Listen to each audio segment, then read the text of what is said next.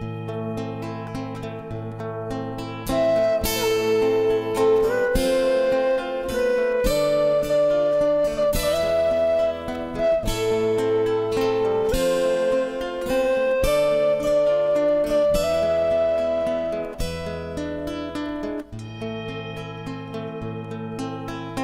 today I'm here with John Living, and John is still living, which is really awesome for us. He is a master dowser. He's the teacher of many, many, many other dowsers, and he's been doing this for a very, very long time. In fact, I think you were taught by the Army at one time. We were the first officers commissioned by the Queen Elizabeth. Yeah. And she took over, and one of the captain instructor at Chatham was a New Zealander who was a dowser. Mm-hmm. I don't know if it was part of this correct curriculum, but anyway, he lined us up on the rugby pitch and gave us a piece of bent wire and told us how to stand and hold it and to move forward. And all of a sudden, the wires all crossed, and we looked amazed and said, "What the hell is this?" He said, "Well, gentlemen, we've now learned how to douse. There's a water line there." That's great. And did you get to use that tool in the field to find water? Later on, yes, when I went living in Jamaica, Mm-hmm. there I was with the National Water Authority, and I used it to indicate where we should drill wells. Very nice. And you were successful, obviously. Yeah. Yeah. And then how did dowsing for water move into dowsing that you do now? Well, because I was really trying to understand what dowsing was all about, and I thought it was water, and I thought of different ways of how it could affect the system, and it seemed to work. I remember driving along in my Land Rover along the south coast of Jamaica, and I noticed quite a lot that someone else was driving, by the way. Mm-hmm. That my rods, which I was holding in the car, were twisting, and when I looked up, there was power lines. So power lines were affecting it as well as water. Mm-hmm. But then there was one case where I was going along a particular part of the coast, and there were no power lines, and I was getting a very, very strong pull. So I stopped and looked out to sea, and you could see that there was a slight discoloration in the sea where an underground water stream was coming out. A big underground river was coming out into the sea. Wow. So I reckon that I was actually dousing, what, 300 or 400 yards, 300 or 400 feet rather, I should imagine, from below the road down to where that stream was coming in. Wow. So that was quite an impressive thing. Okay. But then I realized that dowsing could be used for information. Mm-hmm. And when one comes to douse for information, where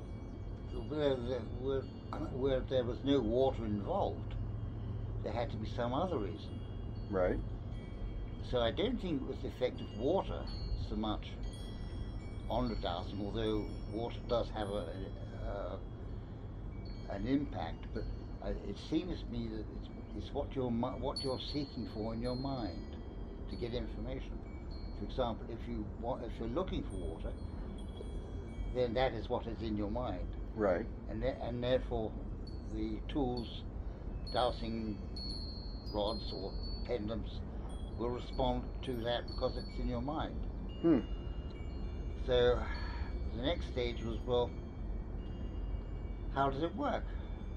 And my idea, which I think is correct, is that your heart is like the operator of a computer. Mm-hmm. And your mind is the sort of database of that computer, the hard drive, if you like. Mm-hmm. And your brain is the computer itself. So, in other words, when you link in your mind, in your heart, when your heart links to a particular subject, to that field, if you like, Rupert Sheldrake's interpretation of fields seems pretty correct. That you link to that, which means you're now linking your computer, your brain, to that field, to all the information involved in that particular field. And now your heart is operating your brain to take the information and manipulate it. In other words, you know that this can happen, you know that that can happen. That's information. Your brain can now say, well, if that happens and if that happens, then this must also happen. So you can check it, is that correct? So the system I use is that my understanding anyway, is your heart, mind, brain team. And the essential word there is team, because they've all got to work together as good team members. Yes. Manipulates your nervous muscular system to give a signal. And you can define what that signal is. And I like to teach people using a bobber. Here I use a straightened out metal coat hanger. Yeah. And I say, using all your muscles in your hand and your arm, all of them, this is a clockwise circle, it means yes. And then I say, now hold it straight and ask your heart to give you a signal for yes, and you'll find a very small little circle. And the more you do that, the bigger that circle will get. And of course, a bobber like that is like a pendulum, except that it's worked by gravity. Where a pendulum is worked by gravity, a bobber is worked by a spring effect, by the metal. So that's how I see a pendulum working. Okay. For the Y rods and the L rods, it's mainly a twist in your arm, and you get a twisting together something that yes, that's correct, or going away to say it's not correct. And you're using the metal or an L rod to cross, because your hand goes in, across to say yes, and degree to which it goes can indicate the strength of it. In other words, if it goes slightly towards it, it's probably okay, but you're on the right track. If it goes right across, then it's more than you expected. For example, did my daughter pass the exam? Cross, she came first. Excellent. That's the sort of signaling that happens. When did you move from the L rods, the wire, to a pendulum, and how did that come about? Did someone show you? Did someone teach you, or is this something that you came Well, that upon? again comes back to this understanding of information. Because I never used the pendulum in the start, because I couldn't see how it would be affected by water. Right. Whereas the rods crossing or going up and down, yes, I could understand its water effect. But when I realized that dowsing was informational, then how could a stream of water affect a pendulum? Right. It doesn't, of course. It affects your nervous muscle, it affects your heart, mind, brain team, who manipulate your nervous muscular system, which is why you have to use all the muscles in your whole hand and your arm, because you don't know which one is going to be used. No. But it gives the that's right. But it gives your heart, mind, brain team the feeling of which ones it could use or can use to give you that signal. But you can define a signal for any particular time. You can say, well, that signal is a good signal for this purpose, but this other means I want that signal to signal something else. Right. But you don't want to change too much. No, because So then it's you're useful confusing to the stay system. with your normal signals. And for pendulum, there's two systems. Basically, your physical system is to and fro indicating a joining, Mm-hmm. saying yes, food is good to eat, Mm-hmm. and going across a barrier saying no, don't eat that food. Right. Now, that's with the pendulum. Your body is used to dowsing, Mm-hmm.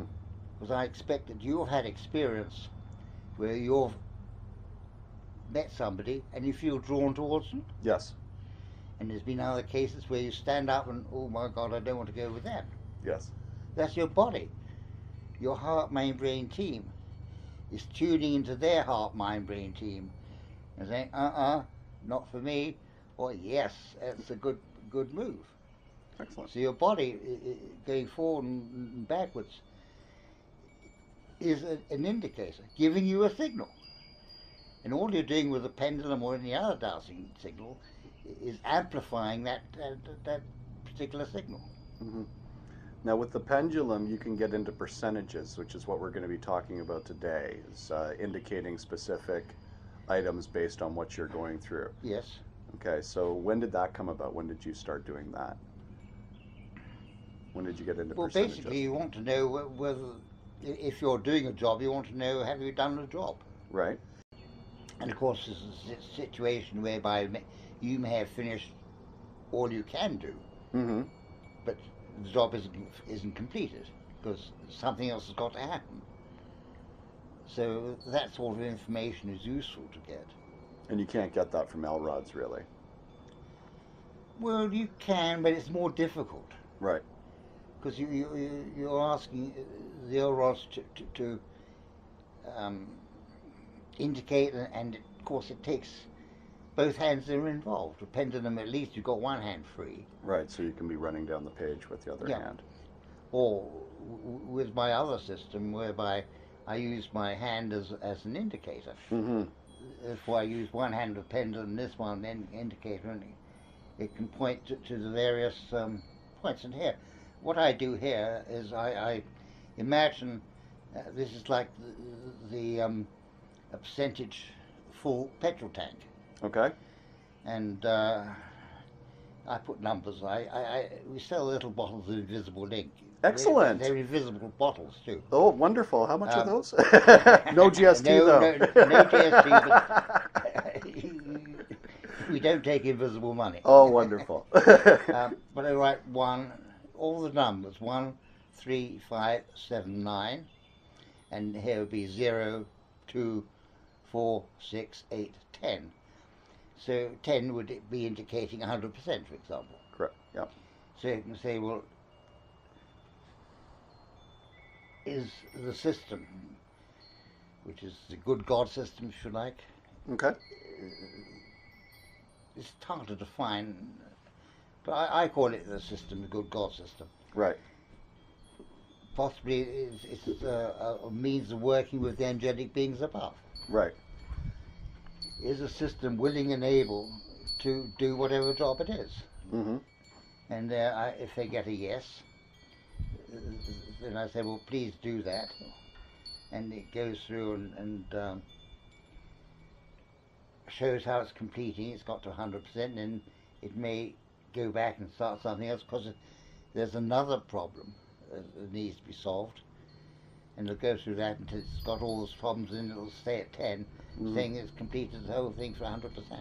So one of the really wonderful things about working in this system is the client or the person that you're working with doesn't actually have to physically, emotionally go through all the problems. The light team will go through it for them. Well, when I'm working with someone else, what I'm doing is getting my heart to link to their heart, right? So that my heart learns from their heart what the problems are. And my heart can link to the system, the field, whatever, to say, well, what do we need to do to correct this problem? Or it may be linking to the heart and saying, well, that's the problem, yes, but what's causing it? Finding out from there and saying, well, what do we do to put it right? So, in fact, I'm not the person who's doing the healing. No. I'm only a conduit for the angelic beings to come through to do the work on another person who may be thousands of miles away. Right. Wonderful. So back to the point again, a lot of people are scared to heal, or they may come to you with, say, a sore shoulder, and you'll start the work and say, well, is the sore shoulder what we're looking at? And the angelic beings will actually go through all the other issues that led to the sore shoulder and clear those as well, without the client actually physically, emotionally having to feel or go through the issues that led up to that sore shoulder. I think that's pretty fair. Nowadays, I don't do very much healing like that. Mm-hmm. It's mainly sort of exorcism. Which brings us to our point today. John came out with a book called Holistic Exorcism, and what we're going to be doing today is we're going to be going through the charts that John has wonderfully illustrated in the last pages of his book, and these charts will enable you to go through the work that you need to do. And we're going to show you exactly how to use these charts in just a few moments. Now, why did you write this book? Well, because I read quite a few books by other people who do exorcism. Yeah. And I had this feeling that they weren't going far enough. Mm-hmm. And sorry, just to take an aside, what is exorcism? Because we've all seen like the movies, The Exorcist, where there's this really, really scary stuff going on. In my understanding, exorcism is taking out interference on a person by an unwanted spiritual entity. Okay. I think that really covers it. So something within their field, within their psyche, within their being is not meant to be there.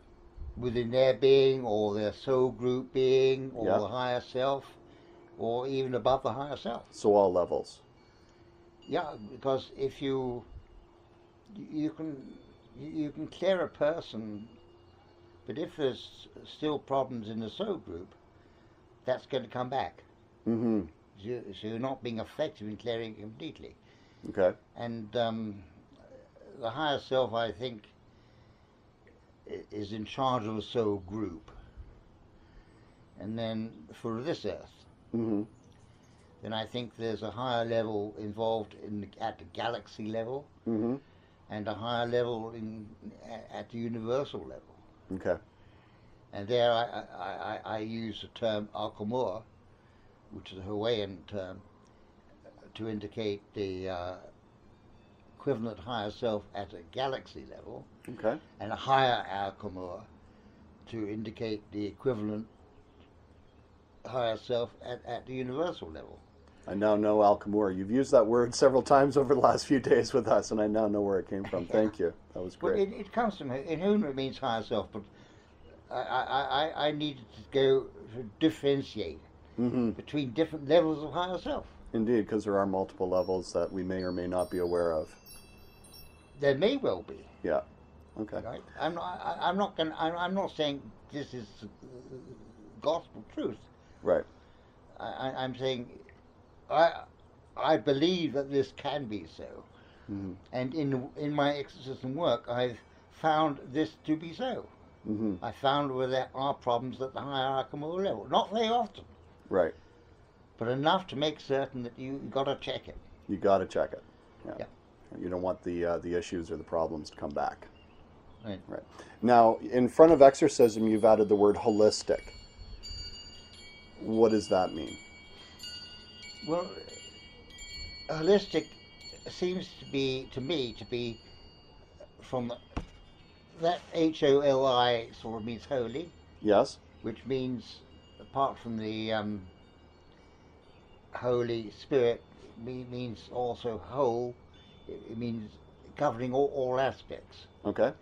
So I intend that to mean exorcism, including all the aspects involved in exorcism. Mm-hmm. So it's a complete system rather than just a system of used by many people, including church people, who don't really understand all that's involved, who call on some deity to do the work. Mm-hmm. Now, the deity um, is primarily concerned with the belief system about God. Right. Um, may not have any skill, if you like, of overcoming a particular problem.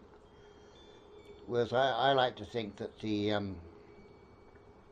very advanced souls in heaven, angels, archangels, I lump them all together as angelic beings. Mm-hmm. Those who are upstairs, my term for not above the physical, Right. who choose to offer their services to make things better, to take out the stuff that's causing problems and make things better for everyone. Wonderful.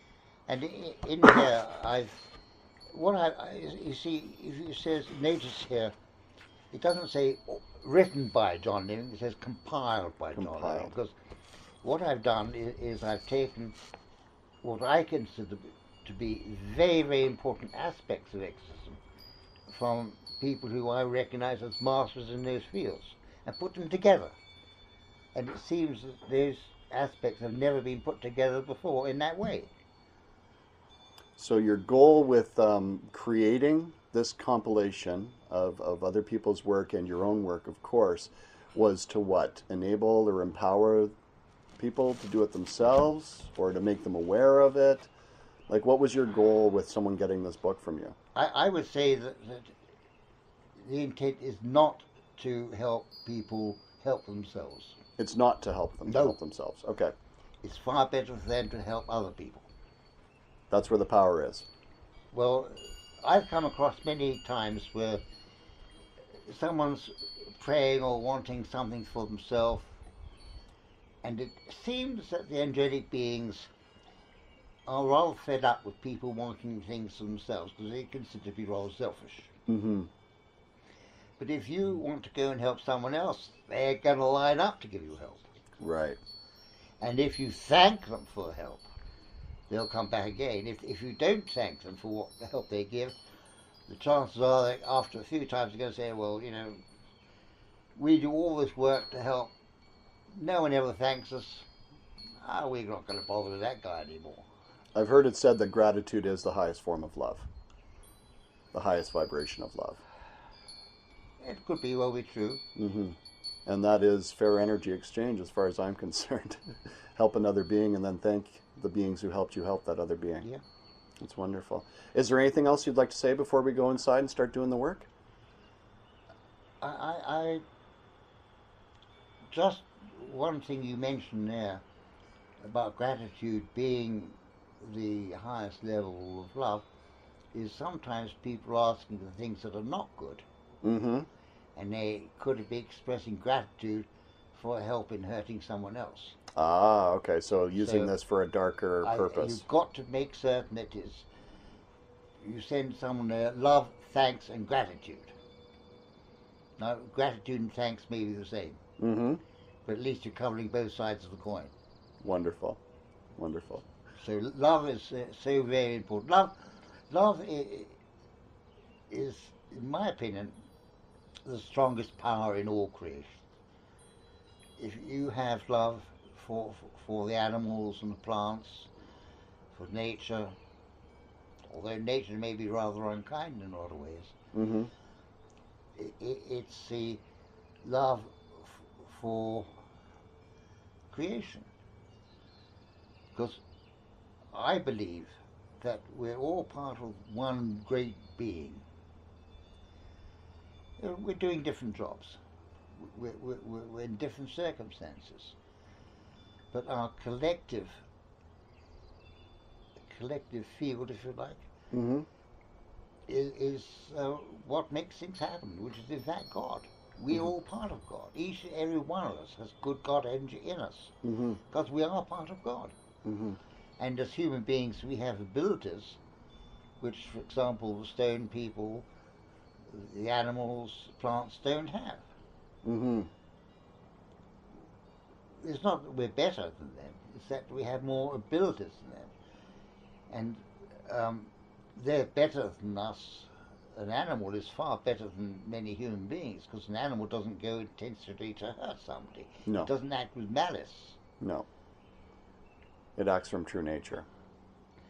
So we have the abilities, and we've got to make certain we use them for good. Or we may lose them. So on that note, we're going to go inside.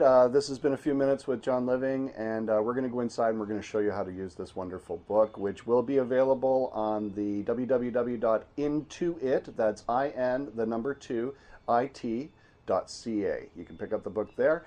And hey, let's go inside and see how this works.